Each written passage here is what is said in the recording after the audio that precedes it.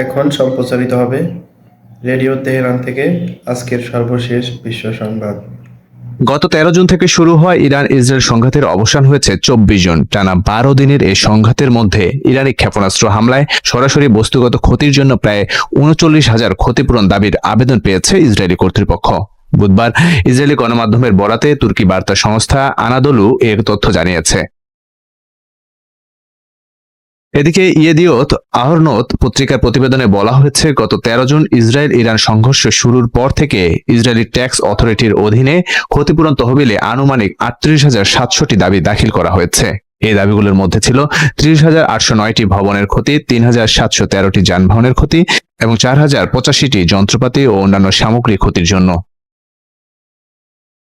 গণমাধ্যমটি আরো জানিয়েছে, অনুমান করা হচ্ছে আরো কয়েক হাজার ভবন ক্ষতিগ্রস্ত হয়েছে, তবে এখন সেগুলোর জন্য কোনো আবেদন দাখিল করা হয়নি।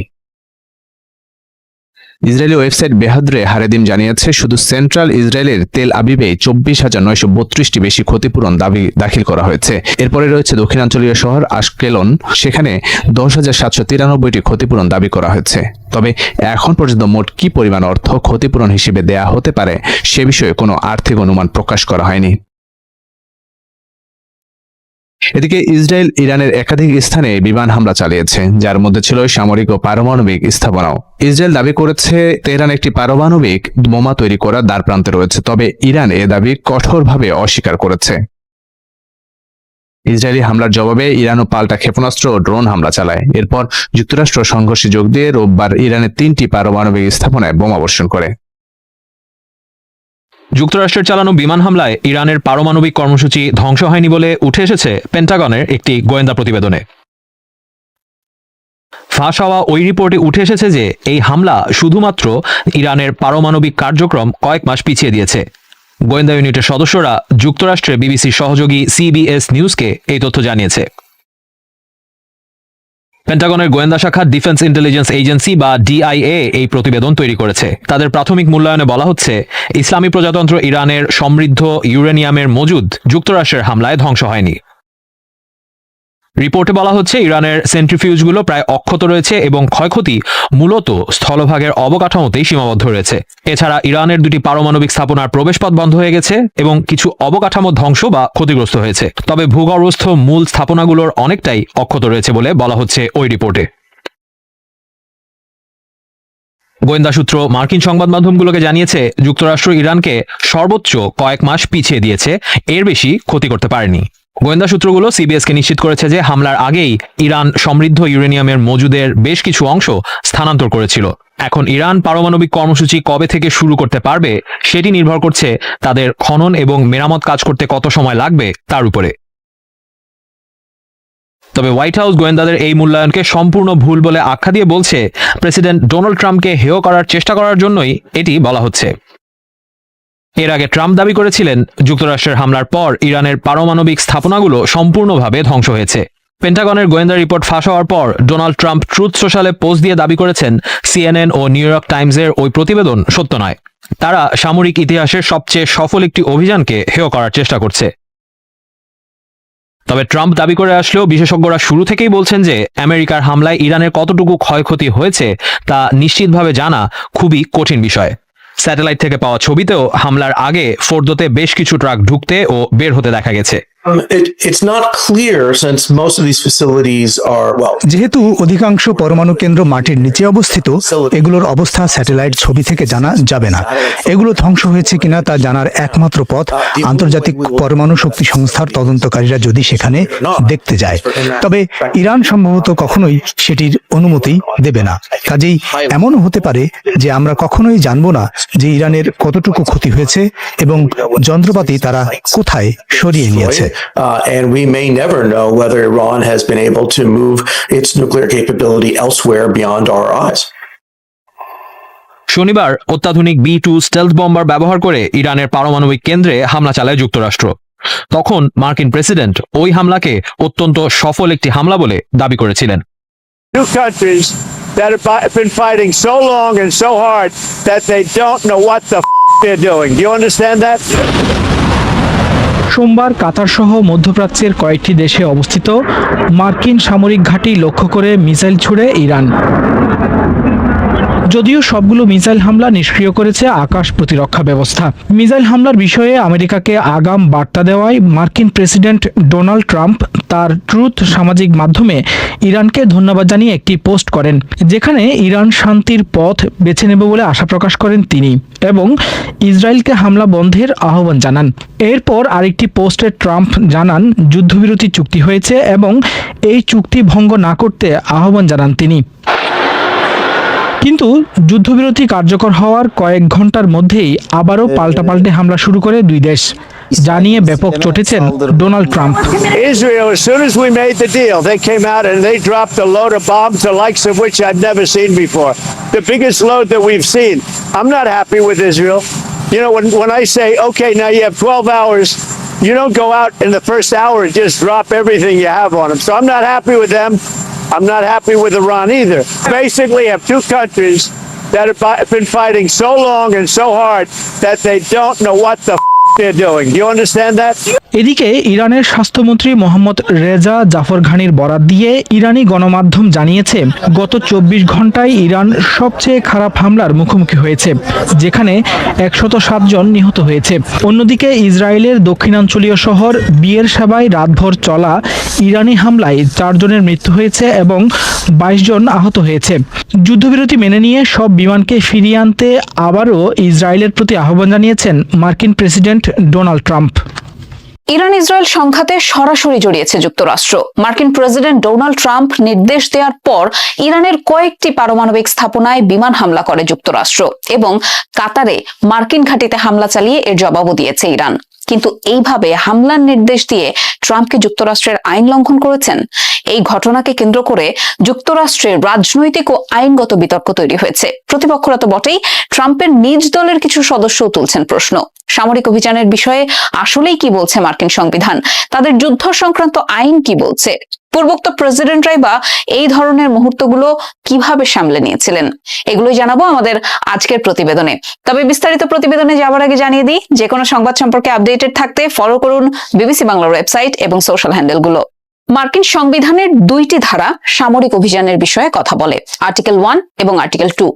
আর্টিকেল 1 অনুযায়ী কেবল কংগ্রেসই যুদ্ধ ঘোষণা করতে পারে, আর আর্টিকেল 2 অনুযায়ী প্রেসিডেন্ট হলেন সেনাবাহিনীর সর্বাধিনায়ক। হোয়াইট হাউসের সূত্র বলছে এই ধারার ভিত্তিতেই প্রেসিডেন্ট ট্রাম্প ইরানে হামলার নির্দেশ দিয়েছেন। সংবিধান বিশেষজ্ঞরা বলছেন কিছু নির্দিষ্ট পরিস্থিতিতে প্রেসিডেন্ট কংগ্রেসের অনুমতি ছাড়াই সামরিক পদক্ষেপ নিতে পারেন, যেমন যদি হামলার আশঙ্কা থাকে বা জাতীয় কোনো স্বার্থ রক্ষা করতে হয়। ট্রাম্প প্রশাসন বলছে যে ইরানের পারমাণবিক কার্যক্রম বন্ধ করাই ছিল তাদের লক্ষ্য, যা তারা জাতীয় স্বার্থ হিসেবে বিবেচনা করছে। তবে বিবিসি ভেরিফাই কথা বলেছে বিভিন্ন আইন বিশেষজ্ঞের সাথে, তাদের সবারই ভিন্ন ভিন্ন মত রয়েছে। কেউ বলেন প্রেসিডেন্টের সীমিত হামলার অধিকার আছে, আবার কেউ কেউ মনে করেন ট্রাম্পের সেই আইনি অধিকারই ছিল না। আবার এদিকে যুদ্ধ ঘোষণার ক্ষমতা কংগ্রেসের থাকলেও বাস্তবে তা খুবই কমই ব্যবহার হয়েছে। 1812 সাল থেকে 1842 সালের মধ্যে কেবলমাত্র 10 বার এই ক্ষমতা প্রয়োগ করা হয়েছে, আর শেষবার করা হয়েছে দ্বিতীয় বিশ্বযুদ্ধের সময় 1942 সালে, যখন জাপান পার্ল হারবারে হামলা করেছিল। সাম্প্রতিক বছরগুলোতে প্রেসিডেন্টরা প্রায়ই কংগ্রেস ছাড়াই সামরিক অভিযান চালাচ্ছেন এবং কংগ্রেসও তা মেনেই নিচ্ছে।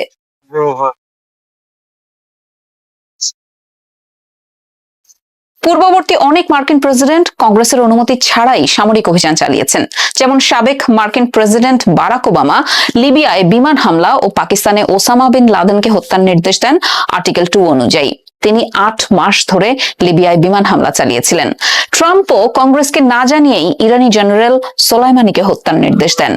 তারও আগে 1990-এর দশকে বিল ক্লিন্টন বলকান অঞ্চলে এবং তারপর জো বাইডেন ইয়েমেন ও সিরিয়ায় হামলা চালিয়েছেন কংগ্রেসের অনুমতি ছাড়াই। সংবিধান বিশেষজ্ঞ ও রাজনীতিবিদদের মতে এমন পদক্ষেপ নেওয়া মার্কিন প্রেসিডেন্টের জন্য নতুন কোনো বিষয় নয়। তারা বলছেন ইতিহাস ও পূর্ব প্রথা অনুযায়ী ট্রাম্পের সিদ্ধান্ত আসলে অসঙ্গত নয়। আর্টিকেল 1 ও 2 ছাড়াও ট্রাম্পের সমালোচকরা অন্য একটি গুরুত্বপূর্ণ আইনের দিকে দৃষ্টি আকর্ষণ করছেন, ওয়ার পাওয়ার্স রেজুলেশন। এই আইনের সঙ্গে ট্রাম্পের ইরানে হামলা অসঙ্গত হতে পারে বলে বলছেন তার সমালোচকরা। 1973 সালে পাশ হওয়া এই আইন অনুযায়ী প্রেসিডেন্ট জরুরি অবস্থায় সামরিক শক্তি ব্যবহার করতে পারেন, কিন্তু তার আগে ভাগে কংগ্রেসের সঙ্গে পরামর্শ করার কথা সেখানে বলা আছে। আইনটি 1973 সালে ভিয়েতনাম যুদ্ধের অভিজ্ঞতার পর পাশ হয়। এর উদ্দেশ্য ছিল কংগ্রেসের অনুমতি ছাড়া প্রেসিডেন্ট যেন সহজেই যুদ্ধ চালাতে না পারেন সেটি নিয়ন্ত্রণ করা। অনেকেই বলছেন ট্রাম্প কংগ্রেসের সঙ্গে ভালোভাবে আলোচনা না করে শুধু কিছু রিপাবলিকান নেতাদের জানিয়েছিলেন। ডেমোক্র্যাট নেতা চাক শুমারকে হামলার মাত্র 1 ঘন্টা আগে ফোন করা হয়, তাও তাকে খুব বেশি তথ্য দেয়া হয়নি। কিন্তু আইন অনুযায়ী হামলার 48 ঘন্টার মধ্যে কংগ্রেসকে জানানো বাধ্যতামূলক। কিন্তু যুক্তরাষ্ট্রের প্রতিরক্ষা মন্ত্রী পিট হেগসেট জানান, সব নিয়ম মেনেই ইরানে হামলা করা হয়েছে। বিমানগুলো নিরাপদে ফিরে আসার পর কংগ্রেসকেও জানানো হয়েছে। ইরান ইসরায়েলের মধ্যকার সামরিক উত্তেজনার মাঝে মার্কিন প্রেসিডেন্ট ডোনাল্ড ট্রাম্প জানালেন, তার মধ্যস্থতায় দুই দেশের মধ্যে একটি সম্পূর্ণ ও সর্বাত্মক যুদ্ধবিরতি চুক্তি হয়েছে। 23 জুন তার এই ঘোষণা বিশ্বজুড়ে স্বস্তির বার্তা ছড়িয়ে দিয়েছে, একই সঙ্গে উস্কে দিয়েছে অনেক প্রশ্ন। রয়টার্সের এক বিশ্লেষণী প্রতিবেদনে জানানো হয়, ট্রাম্পের এই ঘোষণা যতটা নাটকীয়, বাস্তবতা ততটাই জটিল। এখন পর্যন্ত যুদ্ধবিরতির শর্ত, সময়সীমা, এমনকি কোন পর্যায়ে এটি কার্যকর হয়েছে সেসব বিষয়ে পরিষ্কার কোনো তথ্য পাওয়া যায়নি। 13 জুন ভোরে ইরানে বিমান হামলা চালায় ইসরায়েল। এতে ইরানের বিভিন্ন সামরিক ও আধা সামরিক সংস্থার গুরুত্বপূর্ণ ব্যক্তি ও একাধিক পরমাণু বিজ্ঞানীর মৃত্যু হয়। এর জবাবে ইসরায়েলে পাল্টা আক্রমণ শুরু করে ইরান। হঠাৎ দুই পক্ষের এই সংঘর্ষে যোগ দেয় যুক্তরাষ্ট্র। সরাসরি যুদ্ধে জড়ানোর বিষয়ে সিদ্ধান্ত 2 সপ্তাহ পর নেয়ার ঘোষণা দিলেও ইরানের স্থানীয় সময় 22 জুন ভোরে ইরানের 3টি পারমাণবিক স্থাপনায় হামলা চালায় যুক্তরাষ্ট্র। এর কিছুক্ষণ পরেই জাতির উদ্দেশ্যে দেয়া ভাষণে ট্রাম্প জানান, ইরানের 3টি পারমাণবিক স্থাপনা পুরোপুরি ধ্বংস করে দেয়া হয়েছে। তার এই ঘোষণার পর ঘোলাটে হয় পরিস্থিতি। ইরানের পারমাণবিক কার্যক্রমে বাধা সৃষ্টির উদ্দেশ্যে এই হামলা চালানো হয়েছে বলে দাবি ট্রাম্প প্রশাসনের। তবে এর কয়েকদিন পরে হঠাৎ যুদ্ধবিরতির ঘোষণায় চমকে যায় বিশ্ব। মার্কিন জাতীয় গোয়েন্দা সংস্থার মধ্যপ্রাচ্য বিষয়ক সাবেক উপপরিচালক জোনাথন পেনিকফ বলেন, ইসরায়েল তাদের কৌশলগত লক্ষ্য অনেকটাই পূরণ করেছে, আর ইরান বের হওয়ার একটা রাস্তা খুঁজছিল। ট্রাম্প এখন আশাবাদী যে এটা হতে পারে সংঘাতের শেষ অধ্যায়ের শুরু। যুদ্ধবিরতির ঘোষণা যতই সাহসী হোক না কেন, বাস্তবতা হলো ইসরায়েল ও ইরানের মধ্যে বহু বছরের ছায়া যুদ্ধ সম্প্রতি প্রকাশ্যে সংঘাতে রূপ নিয়েছে। একে অপরের ভূখণ্ডে হামলা চালানোর এই প্রবণতা চলে অন্তত 12 দিন। তারই মাঝে ট্রাম্প অভিযোগ করেন, যুদ্ধবিরতির কার্যকারিতা শুরুর কয়েক ঘন্টার মধ্যেই দুই পক্ষই নাকি চুক্তি লঙ্ঘন করেছে। এমন অবস্থায় মূল প্রশ্নটি থেকে যায়, এই যুদ্ধবিরতি কতটা টেকসই? ইরান ও যুক্তরাষ্ট্রের মধ্যে ব্যর্থ হওয়া পরমাণু আলোচনা নতুন করে শুরু হবে কিনা তার উল্লেখ নেই ট্রাম্পের ঘোষণায়। বিশেষজ্ঞদের আশঙ্কা, ইরানের ইউরেনিয়ামের মজুদ ধ্বংস না হলে ভবিষ্যতে পরমাণু অস্ত্র তৈরির ঝুঁকি থেকে যায়। অনেক বিশেষজ্ঞ মনে করছেন, ইসরায়েল ও যুক্তরাষ্ট্রের হামলার পরও ইরানে মজুদ ইউরেনিয়াম নিরাপদে রয়ে গেছে। এরই মধ্যে যুক্তরাষ্ট্রের কাতার ঘাঁটিতে ক্ষেপণাস্ত্র ছুড়ে পাল্টা জবাব দিয়েছে ইরান, যদিও এতে কোনো হতাহত হয়নি। যুক্তরাষ্ট্রের কর্মকর্তারা বলছেন, ইরানের প্রতিক্রিয়া ছিল নিয়ন্ত্রিত, যা ইঙ্গিত দেয় তারা বড় ধরনের যুদ্ধ চায় না। হোয়াইট হাউস সূত্র জানায়, ইরান ও যুক্তরাষ্ট্রের মধ্যে যোগাযোগে সহায়তা করেছে কাতার। ট্রাম্প নিজে ফোনে কথা বলেছেন ইসরায়েলি প্রধানমন্ত্রী নেতানিয়াহুর সঙ্গে। এছাড়া ভাইস প্রেসিডেন্ট জেডি ভ্যান্স, পররাষ্ট্রমন্ত্রী মার্কো রুবিও এবং বিশেষ দূত স্টিভ উইটকফ এই আলোচনা ও মধ্যস্থতায় যুক্ত ছিলেন। কিন্তু ট্রাম্পের এই ঘোষণার পরেও ইসরায়েল ও ইরান যুদ্ধবিরতিতে সম্মত হয়েছে বলে আনুষ্ঠানিকভাবে জানাতে কয়েক ঘন্টা সময় লেগে যায়। আবার 24 জুন ট্রাম্প প্রকাশ্যে নেতানিয়াহুকে সতর্ক করে বলেন, আমাকে এখন ইসরায়েলকে ঠান্ডা করতে হবে। ট্রাম্পের ঘনিষ্ঠ মহল এই যুদ্ধবিরতিকে শক্তির মাধ্যমে শান্তি নীতির সাফল্য হিসেবে দেখাতে চাইছে। ট্রাম্প নিজেও বহুবার বলেছেন, তিনি ইরানের শাসন পরিবর্তনের সম্ভাবনা নিয়ে ভাবছেন। তবে মার্কিন গোয়েন্দা সংস্থাগুলোর মতে, ইরান এখনো স্বয়ংক্রিয়ভাবে পারমাণবিক অস্ত্র তৈরির পথে নেই। ইরানের বিরুদ্ধে বোমা হামলা চালিয়ে ট্রাম্প তার নিজের দলের অহস্তক্ষেপবাদী অংশের সমালোচনার মুখে পড়েছেন। দীর্ঘদিন ধরে বড় কোনো বিদেশি যুদ্ধে সামরিকভাবে হস্তক্ষেপ না করার অঙ্গীকার করে আসছেন ডোনাল্ড ট্রাম্প, কিন্তু সেই অঙ্গীকার ভুলে ইরানের পারমাণবিক স্থাপনাগুলোতে বোমা হামলার নজিরবিহীন সিদ্ধান্ত নিয়েছেন তিনি। নিজের প্রেসিডেন্ট মেয়াদের সবচেয়ে বড় এবং সম্ভবত সবচেয়ে ঝুঁকিপূর্ণ পররাষ্ট্রনীতি হিসেবে ট্রাম্প বাজি ধরেছিলেন এই ইরানের প্রধান পারমাণবিক স্থাপনা ফোর্দো ধ্বংস করতে পারবেন। এর জবাবে যুক্তরাষ্ট্রের বিরুদ্ধে নামাত্র প্রতিশোধ নেবে ইরান। মার্কিন গোয়েন্দা সংস্থাগুলো এ বছরের শুরুতে বলেছিল তাদের মূল্যায়ন অনুযায়ী ইরান পারমাণবিক অস্ত্র তৈরি করছে না। আশঙ্কা ছিল তেহরান প্রতিক্রিয়ায় হরমুজ প্রণালী বন্ধ করতে পারে। প্রণালীটি বিশ্বজুড়ে জ্বালানি তেল পরিবহনে গুরুত্বপূর্ণ পথ। এছাড়া মধ্যপ্রাচ্যে একাধিক মার্কিন সামরিক ঘাঁটিতে হামলার আশঙ্কা তো ছিলই। বিশ্বব্যাপী মার্কিন ও ইসরায়েলি স্বার্থের বিরুদ্ধে ইরানের মিত্র গোষ্ঠীগুলো সক্রিয় হয়ে উঠতে পারে বলে আশঙ্কা ছিল। মধ্যপ্রাচ্য বিশেষজ্ঞ ডেনিস রসের মতে ইরান যুদ্ধবিরতির প্রয়োজন বোধ করছে এবং ইসরায়েলও অনেকটাই তার টার্গেট পূরণ করেছে, কিন্তু সামনে বহু প্রশ্ন অপেক্ষা করছে। ইরানের পারমাণবিক ও ক্ষেপণাস্ত্র কর্মসূচির ভবিষ্যৎ কি, মজুদকৃত ইউরেনিয়ামের কি হবে, এসব নিয়ে কঠিন আলোচনা দরকার। তাই আপাতত যুদ্ধবিরতি ঘোষণা যতটা জোরালো, বাস্তবতা ততটাই সতর্কতা দাবি করে। মধ্যপ্রাচ্যের এই উত্তপ্ত মঞ্চে ট্রাম্পের ভূমিকা একদিকে আশার আলো জাগালেও অন্যদিকে রেখে যাচ্ছে অনেক জটিল সমীকরণ। আমেরিকা ও ইসরায়েলের দানবীয় সামরিক শক্তিকে ভয় করেনি ইসলামী প্রজাতন্ত্র ইরান। এই দুই আগ্রাসী শক্তির বিরুদ্ধে অসীম সাহসে যুদ্ধ অব্যাহত রাখার সুফল পেল তেহরান। মাত্র 12 দিনের মাথায় যুদ্ধবিরতিতে যেতে বাধ্য হলো তেল আবিব ও তার ঘনিষ্ঠ মিত্র ওয়াশিংটন। আমেরিকার প্রেসিডেন্ট ডোনাল্ড ট্রাম্প বিশ্বকে অবাক করে দিয়ে ইরানের সঙ্গে যুদ্ধবিরতি ঘোষণা করেছেন। ইহুদিবাদী দখলদার ইসরায়েল 12 দিন আগে বিনা উস্কানিতেই ইরানের উপর ভয়াবহ হামলা চালায়। গত 12 জুনের ওই হামলার পর প্রত্যাঘাত শুরু করে তেহরান। এর মধ্যেই ইরানকে নিঃশর্ত আত্মসমর্পণের আহ্বান জানান ট্রাম্প। তবে কূটনৈতিক প্রচেষ্টার জন্য ইরানকে 2 সপ্তাহ সময়ও দেন। অবশ্য ওয়াদা ভঙ্গ করে দুদিনের মাথায় তিনি ইরানে সামরিক তাণ্ডব চালান। তবে আত্মসমর্পণ করা তো দূরের কথা, ইসলামী প্রজাতন্ত্র হামলার কঠোর জবাব দেয়। শুধু ইসরায়েলে হামলা চালিয়ে ক্ষান্ত হয়নি ইরান, বরং মধ্যপ্রাচ্যে যুক্তরাষ্ট্রের সবচেয়ে বড় সামরিক ঘাঁটিতেও হামলা চালায় দেশটি। এর কয়েক ঘন্টা পরই ইসরায়েল ও ইরানের মধ্যে চিরস্থায়ী যুদ্ধবিরতির ঘোষণা দেন ট্রাম্প। বিশ্লেষকরা বলছেন, গত কয়েকদিনে ইসরায়েলে ভয়াবহ হামলা চালিয়ে বিশ্বকে হতবাক করে দিয়েছে ইরান। ইসরায়েলের সারি সারি ভবনের ধ্বংসস্তূপ তাদের অসহায়ত্বই তুলে ধরে। এই যুদ্ধে ইসরায়েলে প্রাণহানিও ঘটেছে বহু। ইরানি এক বিশেষজ্ঞ বলেছেন, এই যুদ্ধে ইরান নিজেকে জয়ী বলে দাবি করতেই পারে। সামাজিক মাধ্যম ট্রুথ সোশ্যালে দেয়া পোস্টে মঙ্গলবার ট্রাম্প বলেন, যুদ্ধবিরতি এখন থেকে কার্যকর। পাশাপাশি যুদ্ধবিরতি লঙ্ঘন না করতে ইসরায়েল ও ইরানের প্রতি আহ্বান জানান তিনি।